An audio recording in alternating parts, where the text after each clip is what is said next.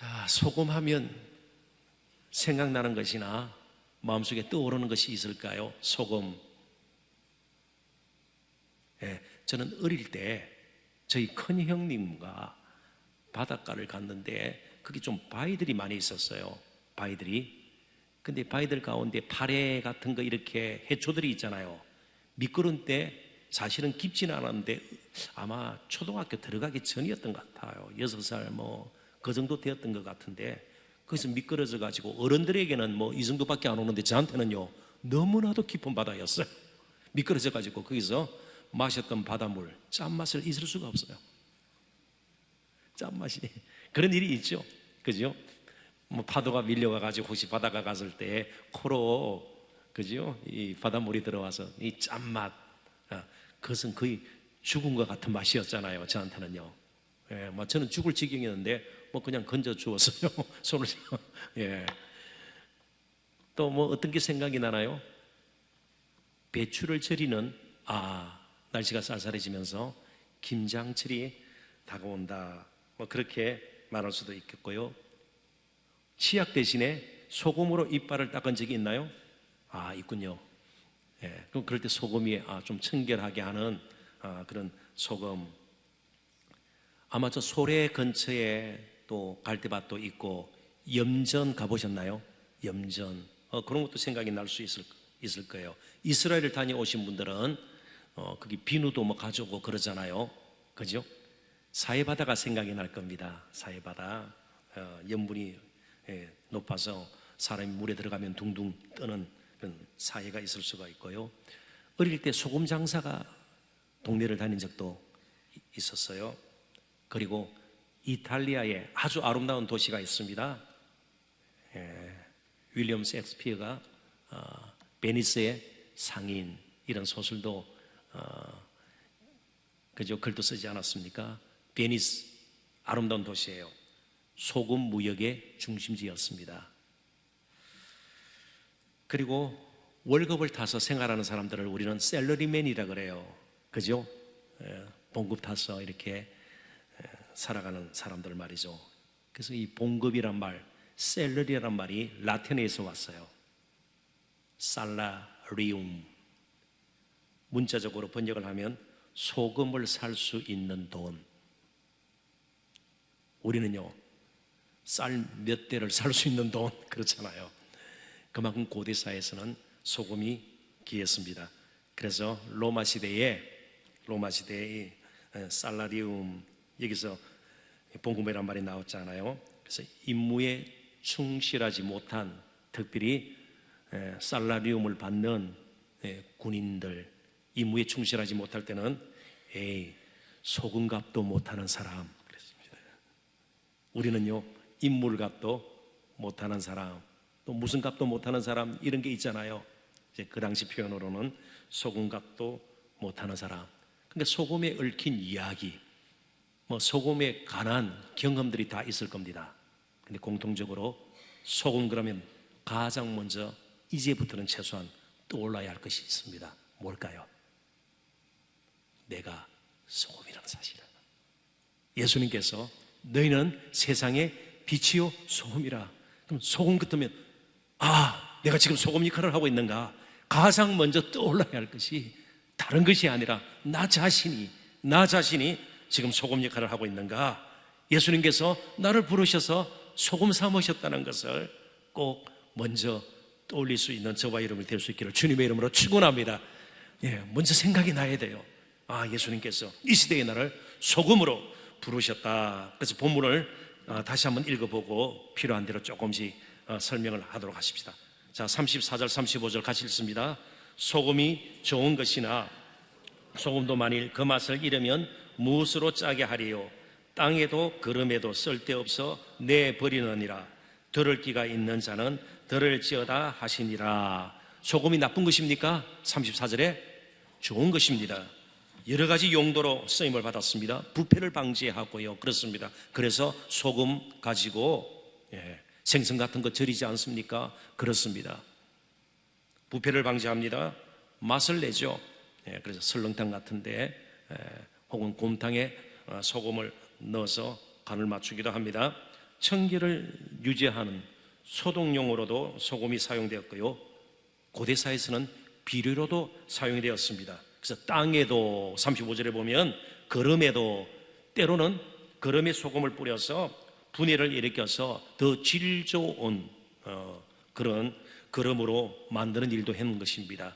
굉장히 소금은 좋은 것입니다. 근데 문제는요, 그 소금이 맛을 잃을 때 그만 이름만 남고, 소금이라는 이름만 남고 맛이 없다면 소금은 제 역할을 못하는 것입니다.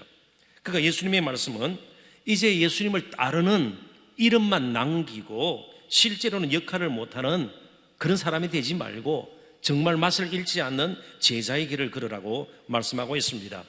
빛과 달리 빛은 드러납니다. 그러나 소금은 드러나지 않습니다. 스며드는 겁니다. 그럼에도 불구하고 두 가지 동시에 우리가 생각할 수 있는 것은 공통점이 영향력입니다. 뭔가 변화를 일으킬 수 있는 겁니다. 그래서 사실은 우리가 소금의 역할을 제대로 하게 되면, 우리가 소금이라는 사실을 그 신문에 대한 자각이 있게 되면 제일 먼저 우리 자신의 변질을 막을 수 있어요. 우리 자신의 신앙을 지킬 수가 있는 것입니다. 그러니까 신분 자체가 중요한 겁니다. 예수님은 우리가 완벽한 삶을 사는 것 기대하지 않습니다. 완벽하게 살아내지 못해요.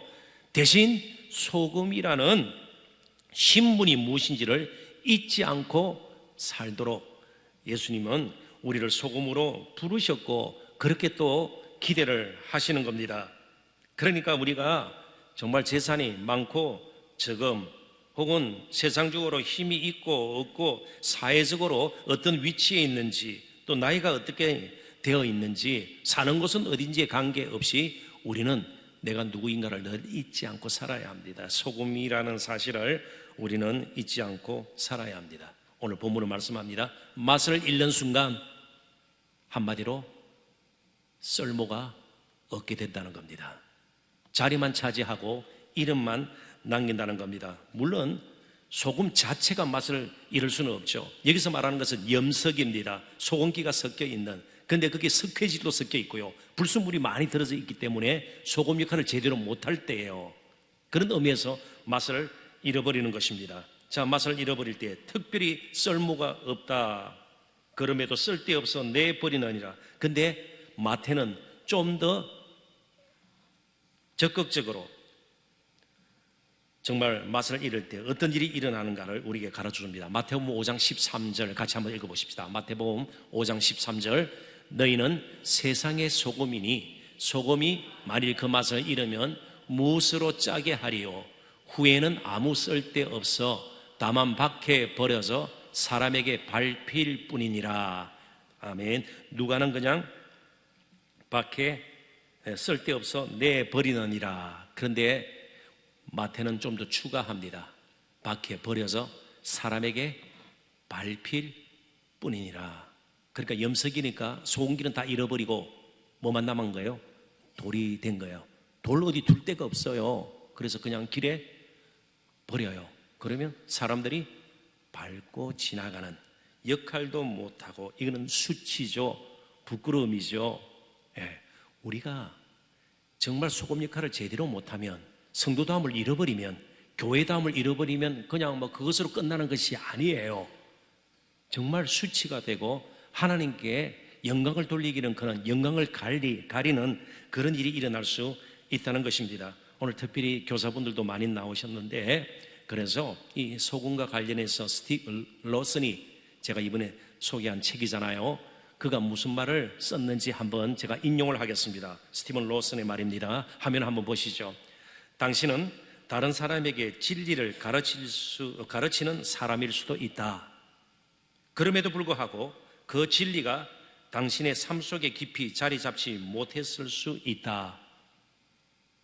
진리가 우리 가운데 먼저 스며들어서 우리가 소금 맛을 잃지 말아야 된다는 겁니다. 다른 사람에게 진리를 가르칠 수는 있어도 진리가 나의 삶에 먼저 영향을 미쳐서 내가 소금 맛을 잃지 말아야 합니다. 진리가 우리 삶 속에 깊이 자리 잡지 못하면 실제로 우리 자신이 가장 먼저 변질되어 버려요. 가장 먼저 변질되어 버리고요, 가장 쓸모없게 되어서 수치를 당하게 되는 것입니다. 그래서 아무렇게 살아도 괜찮은 것처럼 사는 그리스도인들보다 더 이 세상에 불행한 사람은 없어요. 내가 이렇게 살아서는 안 되겠다. 예수님께서 나를 소금으로 부르셨고 지금도 소금으로 여기시고 계신데 내가 거기에 합당하게 살지 못하는 것에 대해서 늘 마음에 쓰라림이 있어야 돼. 아픔이 있어야 되는 겁니다. 조금 수입이 줄어드는 거라든지 몸에 좀 이상이 생기고 또 가정에 조금 어려움이 생기면 우리는 견디지를 못해요. 그렇지만 내가 소금 역할을 제대로 못하는 것에 대해서는 전혀 아파하지 않아요. 전혀 문제 삼지 않아요. 조금 더 이런 식으로 표현해 볼까요? 때로 우리 자신의 뜻이 관철되지 아니할 때에 내 뜻이 이루어지지 않으면 세상이 무너지는 것 같아요. 너무너무 막 슬퍼하고요. 어떨 때는 분노가 치밀어요. 그런데 나를 통해서 하나님의 뜻이 이루어지지 않는 것에 대해서는요, 관심이 없어요. 전혀 아파하지 않아요. 하나님의 뜻이 이루어지든 이루어지지 않든 지금 내 뜻이 이루어지지 않은 것에 대해서는 너무 분해하고요, 억울해하고요, 힘들어해요. 저도 마찬가지예요. 그런데 하나님의 뜻이 정말 제대로 이루어지고 있는가? 이 땅에서 이루어지기를 원하나이다. 잠시 후에 주님께서 가르친 기도 분명하게 드릴 거예요. 그죠? 뜻이 하늘에서 이룬 것 같이 땅에서도 이루어지다. 누구를 통해서요? 나를 통해서예요. 나를 통해서. 근데 이루어지지 않는 것에 대해서는 전혀 아픔도 억울함도, 그래서 내가 이렇게 살아서는 안 되겠다, 자각이 참으로 필요하다는 것이죠. 그래서 이 스티븐 로슨이 이어서 이런 말까지 합니다. 아무렇게 살아도 괜찮은 것처럼 사는 교인들을 향해서 이런 좀 자각이 있어야 된다. 한번 같이 읽어보십시다. 그들이 하나님의 자녀라고 자처하는 이유는 다른 신자들과 어울리기 때문이다. 이해가 되시나요? 교회와 막 어울리고, 이게 정말 교회인가 보다, 나 신앙이 그래도 괜찮은가 보다. 교제가 필요 없다는 뜻이 아니에요. 교제가 필요해요. 교제가 필요해요. 그렇지만 자신을 통해서 하나님의 뜻이 이루어지는가, 내가 정말 소금으로서의 역할, 기능을 제대로 감당하고 있는가, 이건 별개의 문제라는 것입니다. 정말 예수 그리스도와의 관계가 중요하죠. 우리 사이의 관계 중요합니다. 부름에 대한 그런 자각이 우리에게 필요합니다. 그러면서 예수님은 이 모든 수많은 무리들에게 말씀을 하면서 이렇게 결론을 짓습니다. 들을 귀가 있는 자는 들을지어다 하시니라. 이 말씀 가운데는요, 이해할 수 없는, 받아들이기 힘든 불편한 말들을 너희들이 듣지 않았느냐. 그럼에도 불구하고 받아들일 수 있는 자는 받아들일지어다. 사랑하는 성도 여러분, 어떻습니까? 한 주간 들었던 말씀이 생소하게 들리진 않아요? 낯설지 않습니까? 목사님 너무 과격하게 이번 한 주간 말씀하시더라. 혹시 그런 느낌이 있었나요? 근데 당연하게 들리지는 대부분 않았을 거예요. 그렇죠? 늘 듣던 말씀이 사실은 아닐 수도 있는 거예요. 그리고 이런 말씀들이, 예수님의 말씀들이 정말 한국교회에 제대로 전해질까, 그런 의문도 갖게 되는 겁니다. 좀 생소하고 불편하게 느껴졌다면 이미 우리는 우리 나름대로의 신앙의 틀을 만들어 놓고 지금 별 어려움 없이 신앙의 길을 가고 있다는 증거예요. 저도 이해가 아니에요. 목회자도 이해가 아니에요. 이 말이 당연하게 여겼어야 되는데, 이미 우리의 삶 속에서 흐르는 말씀이 되어야 되는데, 아까 로슨이 말한 것처럼 진리가 우리 삶 속에 깊이 자리를 잡아서 우리의 삶의 곳곳에, 매사에 순간순간 영향을 미쳐야 되는데, 이런 말씀이 아직 우리에게는 어떤 면에서는 생소하고 불편하게 느껴질 수가 있는 겁니다. 들을 귀가 있는 자는 들을지어다.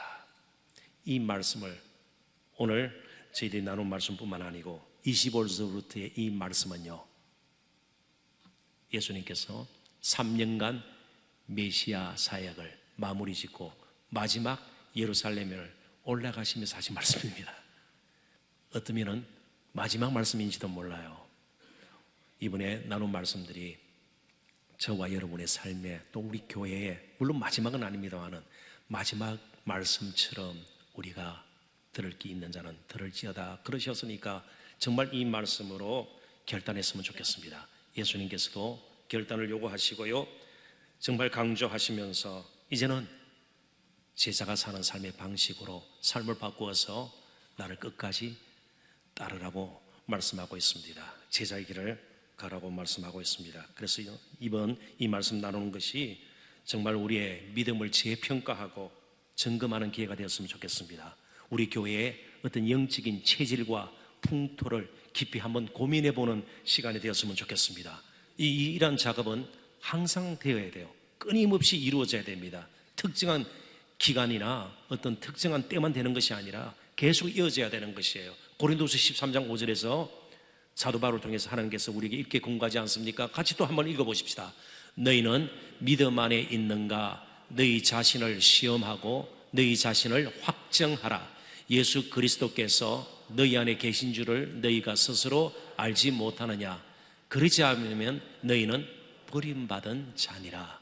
그러니까 늘 믿음을 스스로 확정하는, 시험해 보고요, 내가 소금의 역할을, 맛을 잃은 소금은 아닌지 날마다 자신을 돌아보고, 그러지 않으면 마치 밖에 버려워서 밟히는 것처럼 우리가 버려질 수 있다는 겁니다. 촛대가 옮겨질 수 있다는 것입니다.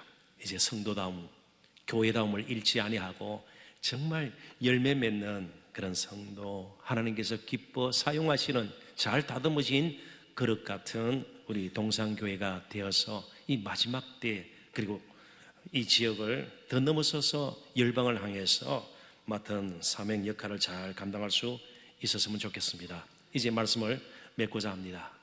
맛 잃은 소금 같은 인간다움도 잃어버리고 하나님의 형상대로 지음받았지만 그 형상 많은 부분이 망가져 버려서 저 비정상적인, 다듬어지지 못한, 정말 쓸모없고 버림받기에 합당한 존재였던 티끌 같은 저와 여러분을 위해서 우리를 가장 고귀한 소금 같은 그런 역할을 감당할 수 있는 자리로 옮겨주신 예수님, 그 예수님은 우리를 가장 귀한 존재로 여기시기 위해서 본인이 버림을 당하셨습니다. 본인이 짓밟히는 돌처럼 비웃음과 온갖 멸시와 천대를 받으시고 낮은 자리로 가셨습니다. 그래서 오늘 저와 여러분이 비록 육신적으로는 힘들고 조금 지칠 수도 있지만 이 자리까지 나오게 된 것입니다. 그런 예수님의 마음을 읽었고 예수님을 만나서 인생이 바뀌었던 사도 바울이 어떻게 고백을 하는가, 그 말씀으로 저는 결론을 삼고자 합니다. 고린도전서 4장 9절부터 13절인데요, 한 구절씩 저와 여러분들께서 함께 읽었으면 좋겠습니다. 다 같이 읽습니다. 내가 생각하건대 하나님이 사도인 우리를 죽이기로 작정된 자와 같이 끄트머리에 두셨음에 우리는 세계 곧 천사와 사람에게 구경거리가 되었노라. 잠시만 9절로 멈춰 주십시오. 무슨 말씀인지 조금 설명이 필요합니다. 내가 생각하건대 하나님이 사도인 우리를 죽이기로 작정된 자 같이, 아마 그림을 떠올리시면 좋겠습니다. 로마의 원형 경기장입니다. 수많은 로마 사람들이 막 한호를 지르고 즐기고 있습니다. 그때 죽이기로 작전된, 이제 사자의 밥이 되거나 맹수와 싸워야 되는 그런 사람들이에요. 죽이기로 작정된 것 같이, 그러니까 요즘 말로 엔터테인먼트예요. 정말 사람들에게 흥미를 주기 위해서. 그런데 죽어야 되는 거예요. 사자, 맹수와 싸우면서 결국 죽임을 당하게 됩니다. 그런데 그 순수의 끄트머리, 제일 클라이맥스라 그러잖아요. 제일 잔인하게 사람들이 막 피를 보고 그저 막 흥분하는 끄트머리에 두셨음에 우리는 세계 곧 천사와 사람에게 구경거리가 되었노라. 그림이 그려집니다. 자, 10절 또 읽어보십시다. 우리는 그리스도 때문에 어리석으나 너희는 그리스도 안에서 지혜롭고, 우리는 약하나 너희는 강하고, 너희는 존귀하나 우리는 비천하여.